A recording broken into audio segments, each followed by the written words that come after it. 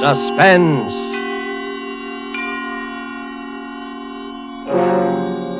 Presented by Roma Wines, made in California for enjoyment throughout the world. Salud. Your health, senor. The world toasts Roma, and Roma toasts the world. The wine for your table is Roma, made in California for enjoyment throughout the world. This is the man in black here for Roma Wines to introduce this weekly half hour of Suspense. Tonight in Hollywood, our stars are Mr. Robert Young and Margot. The suspense play which stars Robert Young and Margot, and which is produced and directed by William Spear, is A Tale of Ordeal by Fire by Cornell Woolrich. And so, with the night reveals and with the performances of Robert Young and Margot, Roma again hopes to keep you in suspense.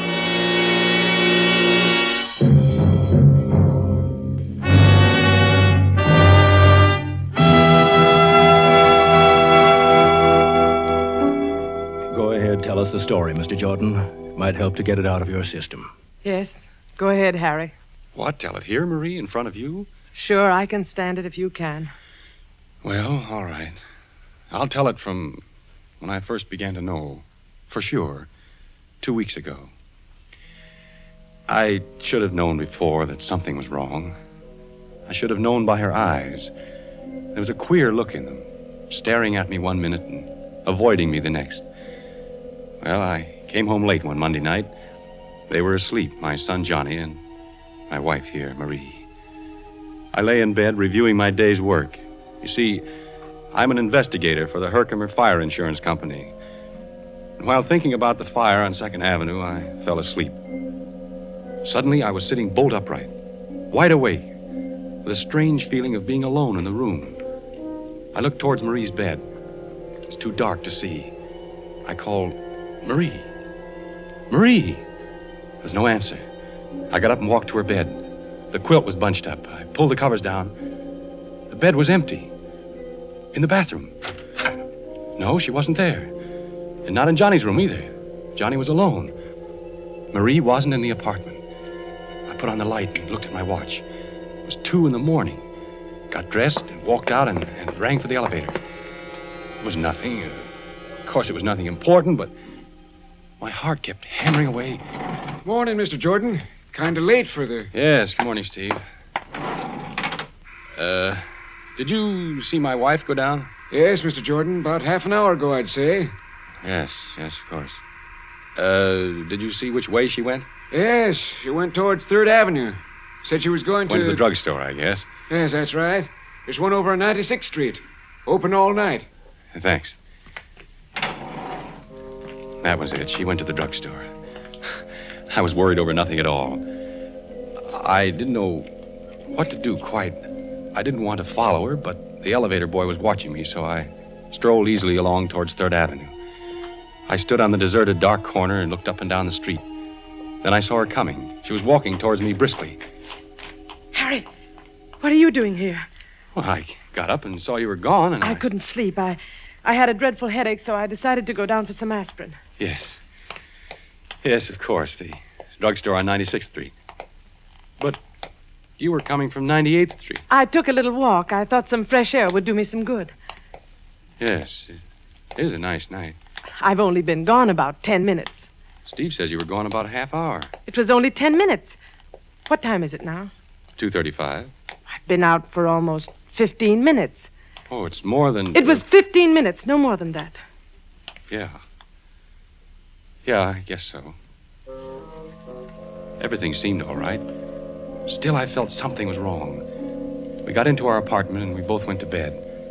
For a minute or so, we said nothing. You've been working hard, Harry. Don't you think you ought to take a week off and sort of rest up? Oh, I feel perfectly all right, dear. There's nothing wrong with me. Listen. A fire. A fire. Yes, not far. Over east a couple of blocks. By the river, I'd say. That's my district. A fire. Oh, what the... Hello. Hello, Harry. I'm sorry to wake you in the middle of the night. There's a bad one over near you between 2nd and 3rd. Maybe a total loss. Between 2nd and 3rd, Mr. Parmenter? An apartment building? Yeah, 98th Street. 340 East 98. I called you because I'd like you to go there direct first thing in the morning instead of come at the office, okay? I'll meet you there. Okay, Mr. Parmenter. Good night. A fire? On 98th Street? Yeah. I couldn't see Marie in the dark. I knew she was staring at me. I was very tired. Good night, Marie. Good night, Harry.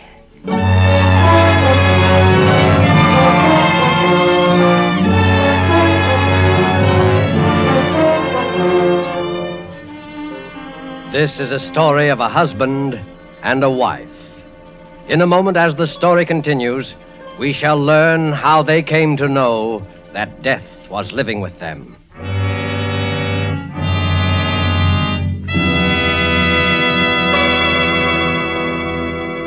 Tonight, the Roma Wine Company of Fresno, California, brings you Robert Young and Margot as stars of Suspense, radio's outstanding theater of thrills. Somewhere tonight, perhaps in Havana, Cuba, a man and a girl sit at a table in a gay cafe. Music, laughter fill the big room. A tropic breeze stirs the palms in the terrace. As we watch, the young man pours wine into their glasses. They raise them in a toast to each other. Salud. Salud. Ah, an excellent wine, verdad? As pleasant to the taste as your beauty is to the eye. Oh. Do you know where this fine wine comes from? It comes from our good neighbor to the north, Los Estados Unidos, from America. His name is Roma. Yes, Roma from our own America, from our own sunny California come Roma wines. Made in California for the enjoyment of the world. Doesn't that tell you all you need to know to make you want to choose Roma wines for your own use? Whether your particular preference is for a nut brown sherry, a delicious red claret, a full-bodied burgundy, when you choose Roma, you know you are getting the world's best wine value. For Roma wines are America's largest selling wines. Only through such tremendous popularity can Roma afford to sell so reasonably wines into which have gone all the care and wine knowledge that produce wine masterpieces. There is a Roma wine for every taste. Simply choose the one you like best. Roma wine, made in California for enjoyment throughout the world. And now it is with pleasure that we bring back to our soundstage Mr. Robert Young as Harry Jordan and Margot as Marie, his wife, in The Night Reveals, a story well calculated to keep you in suspense.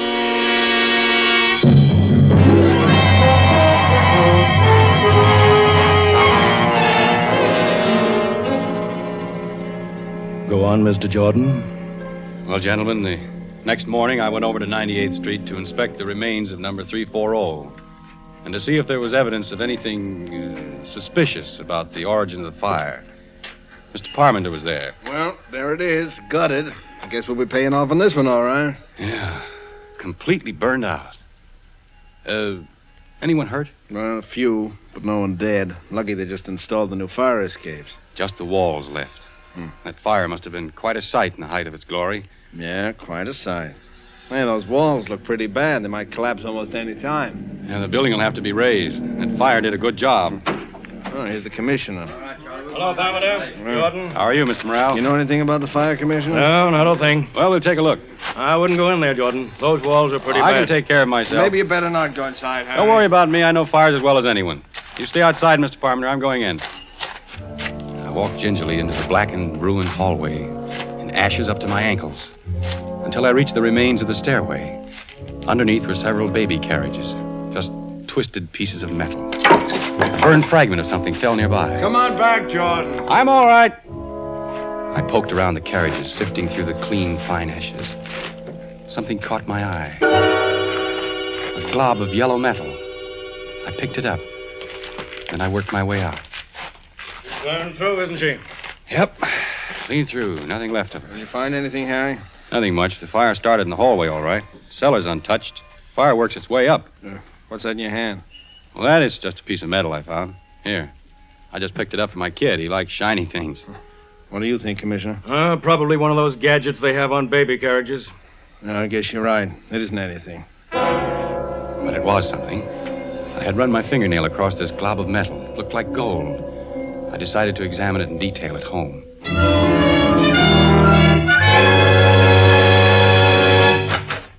Daddy. Hiya, Johnny. Mama says I was bad today. Harry, you're home early. Yes, I got through sooner than I expected, and What is it, Harry? Your locket. You're not wearing it. You never had it off before. My locket? Well, don't you remember? Daddy, can I go over to see Davy Taylor for a minute? Yeah, go ahead, Johnny. All right. Gee, thanks, Daddy. You shouldn't have done that. I didn't want him to go. He hasn't had his dinner. Never mind, Johnny. What did you say happened to the locket? Well, I gave it to you. To me? Yes, I put it in your pocket to have it fixed. The catch was loose. I don't remember. You've been very forgetful lately.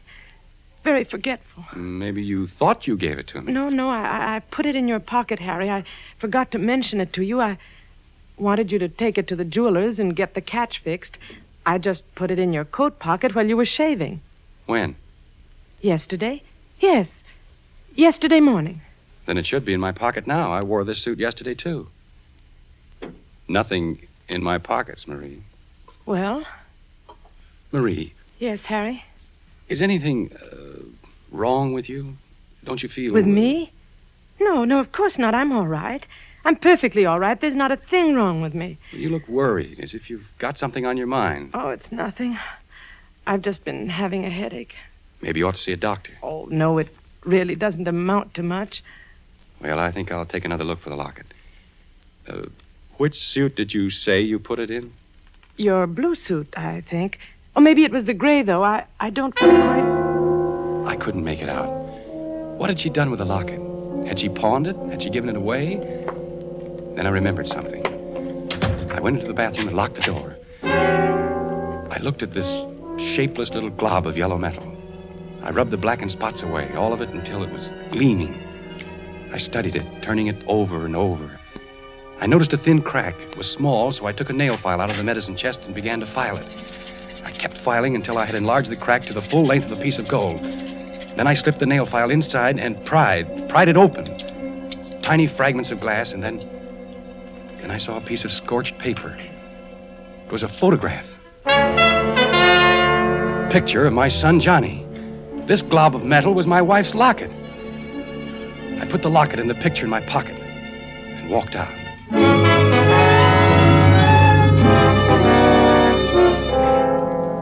For the next hour, I sat trying to read a book while Marie busied herself, first feeding Johnny and then helping him with his homework. What's the largest continent in the world? Oh, I know. It's Asia. And the next largest? Oh, that's easy. Africa. It's full of jungles. That's where Tarzan lives. Isn't it time for Johnny to be in bed? Oh, yes, I had no idea it was so late.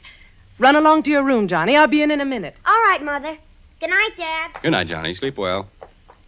He's getting along very well in school, except for arithmetic. He seems to be having a little trouble. Oh, Johnny will be all right. Yes. Johnny will be all right. I know he'll be all right. I watched her. She seemed very uneasy. I walked over to my pipe rack where I kept several books of matches in a jar.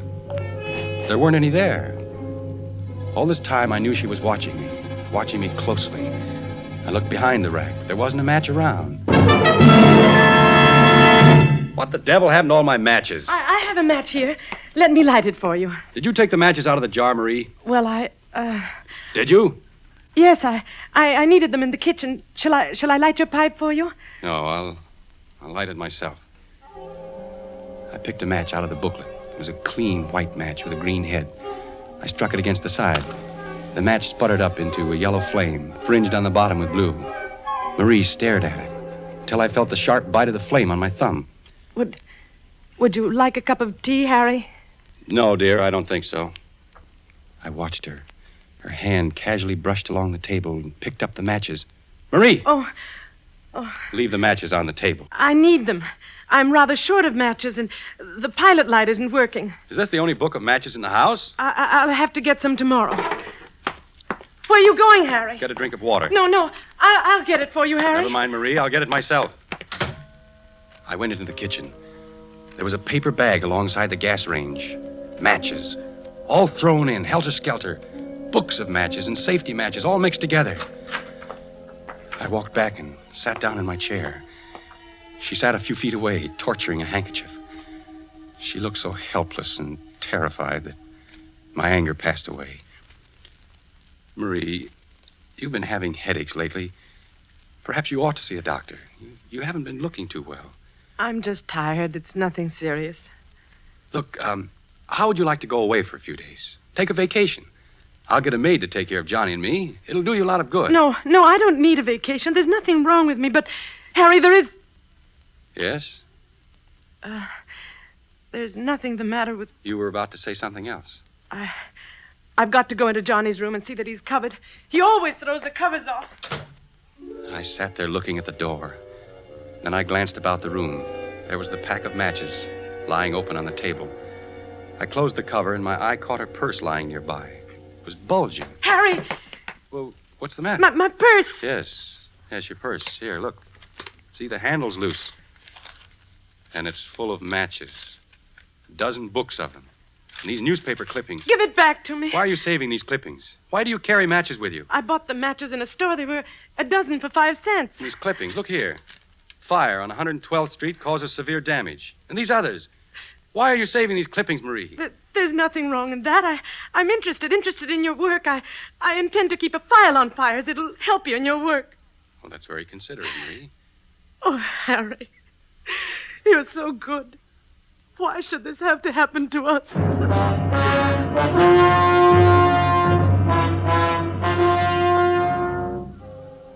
Towards midnight, I went to bed. Marie didn't follow me. I lay in the semi-darkness, wide awake, trying to think what I should do. I couldn't collect my thoughts. Every time I closed my eyes, I could see the flame of the match, yellow and blue, crawling along the matchstick. Then Marie came in with a cup of steaming liquid. Drink this, Harry. It'll help you sleep. Oh, what is it? It's cocoa. It's very good for you. I'm not the one that's having trouble falling asleep. We both couldn't sleep last night. I'm taking some of this myself as soon as I go to bed. All right, leave it on the nightstand. Be sure to drink it while it's hot. Yes, Marie, I will. Good night, darling. Good night, Marie. Cocoa. Then suddenly I knew. I looked around quickly for something to pour it in. There was the radiator pan. It was empty. I poured the cup of liquid into it. Then I lay back and waited. Waited for her next move. About a half hour later, I heard the door open softly and Marie tiptoed towards my bed. Harry. Harry. Are you asleep? I didn't answer, but breathed evenly. She hovered for a moment over me, then she tiptoed out, carefully closing the door behind her. I dashed out of bed and hurried into my clothes. Quickly, I poured the liquid from the pan into a bottle and put it into my pocket. Then I grabbed my coat and followed her. I rang for the elevator. She had only a few minutes headway.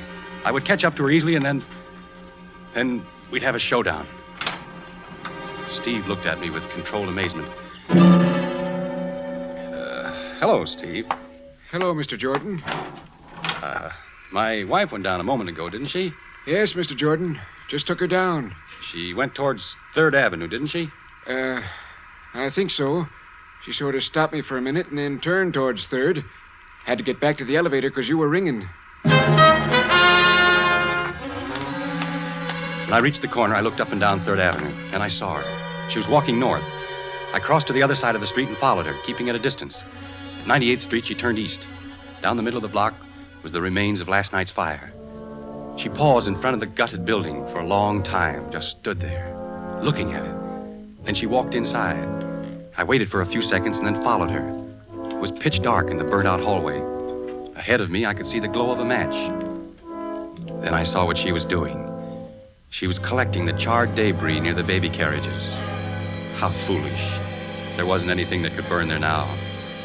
She lit another match. I watched the flame light up her face. A face so intent upon her work that she didn't hear me approach. Marie? Who's there? It's me, Harry. Harry, why did you... Come along, Marie. We'd better get out of here. The police. I took her hand, and without a word, she came along. We walked home in complete silence. We both knew. When we came to our apartment house, I stopped and rang for the elevator. In the light of the hallway, I could see her face. My wife's face. Ashy gray. Her eyes bright and painful. You run upstairs, Marie. I'll be along in a minute. Harry, where are you going? I'll be right back. Please, Harry, don't do anything. You run along, Marie. You're not going to... No, I'm only going to the drugstore to get something. I'll be back in a few minutes.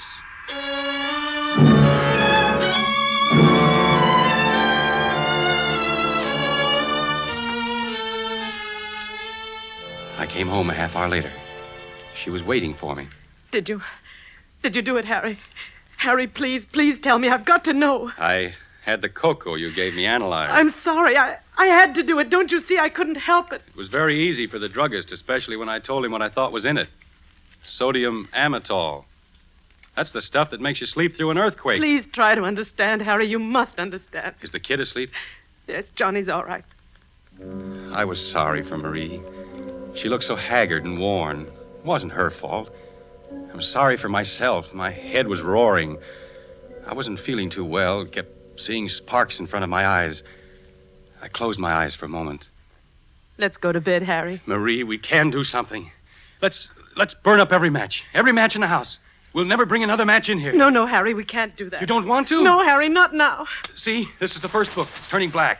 We'll do it with every book of matches. It's no use, Harry. Strange, isn't it, that this should happen to me?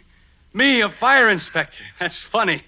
Give me the matches, Marie, all the matches. No, I can't do it. I won't. Give them to me. Please don't take them. I'll do anything you want, anything. Where did you hide them?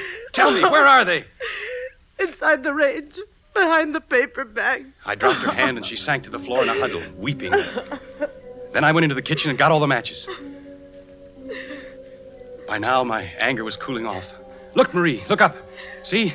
I'll light each book of matches, one at a time, until they're all gone up in smoke. Yellow flame licked its way down the matches. The cover caught fire and blackened. I watched her look at the flame with dazed eyes. Listen, Harry, do you hear? Just someone in the hall. Oh, it's more than someone. Something's happened. Something has happened. I'll take a look. Hey, Mr. Jordan, the house is on fire. The house is on fire. Yes, Marie, wake up Johnny. Johnny! We'll have to hurry. The flames are coming up the stairs. There's an upward draft. What's the matter, Mother? The house is on fire. We've got to get out, Johnny. Come on. It's too late to go down. We'll have to go up through the roof. Oh, I've hurt my leg. Come along, Johnny. Mother, wait for Mother. She'll come along. No, I want to wait for Mother. It's all right, Johnny. Go along with Daddy. I'll follow you. No, I won't go. I won't go without you, Mother. Hold on to my arm, Marie. Come on.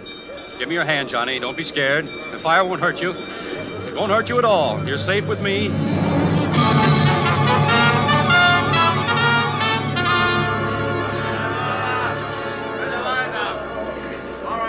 We made our way upstairs, very slowly because of Marie's sprained ankle. Finally, we got to the roof. There were some firemen on the next roof. About 10 feet separated the two buildings. Don't get panicky. We'll get you off safely. How we gonna have to jump across, Daddy? Because Mother won't be able to jump. Her foot. It's all right, Johnny. Don't be scared. They're putting a board across the two roofs. We'll just walk across. All right, now. One at a time. Tie the rope around you and come across. Johnny, you go first. Don't be afraid. There, now the rope will hold you in case you slip. Mother, you gotta go first. I'll go right after you, Johnny. You promise? Go ahead, Johnny, and others will follow you. Don't turn around. Keep walking. All right. The kid's safe. Now you, lady. Be careful, the board. Hey, the board slipped off. Hurry, one of you guys. Get another board. Mother! I want my mother. Your mother's going to be all right, kid. You pushed the board off, Harry. I saw you do it. No, I didn't, Marie. I didn't. All right, lady. Just tie the rope around you. Don't be afraid. Don't look down. Ready? Okay, boys. She's all right. Now you, mister. That's right. Tie the rope around you. Okay. All set? Okay.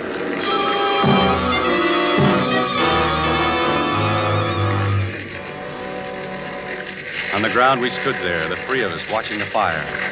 Sparks were shooting up through the hole where it had bitten through. Great flames shot out, stabbing at the sky. The top of the roof was burning now. Red flame crawled along, searching out the inflammable spots. A wooden pole caught fire and blazed up in a long, narrow, curving arc. The wind was helping her. All this time, Marie was shaking violently, not with cold. I pitied her. And then she threw up her hands and shrieked. Harry! No, darling, don't. I can't stand it. We can't go on this way. Police, come here. Don't do it, Marie. There's no need to. Not the police. You don't know what you're saying. What is it, lady? You'd better calm down now.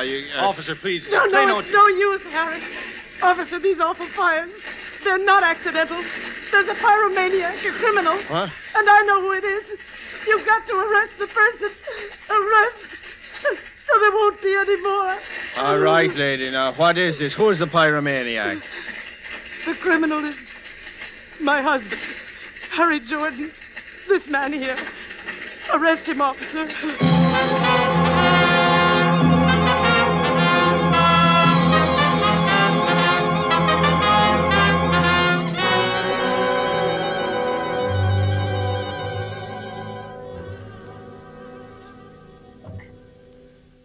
Well, that's about all there is to the story, gentlemen.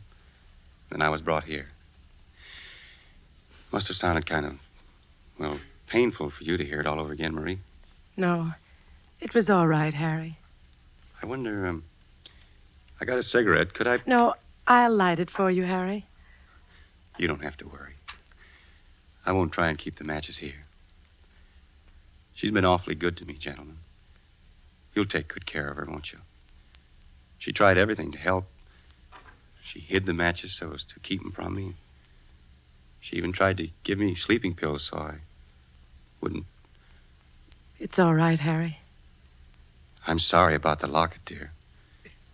Must have fallen out of my coat when I was in that building at 98th Street. It's all right, Harry. You can buy me another one sometime. You can't blame anybody for liking fires. It's not their fault. Fires are beautiful to watch. So bright and clean. They burn up all the filth and dirt. And they're magnificent to watch. Especially the big ones. The way the flames roar and crackle, lighting up everything around you. The beautiful fire. The beautiful fire.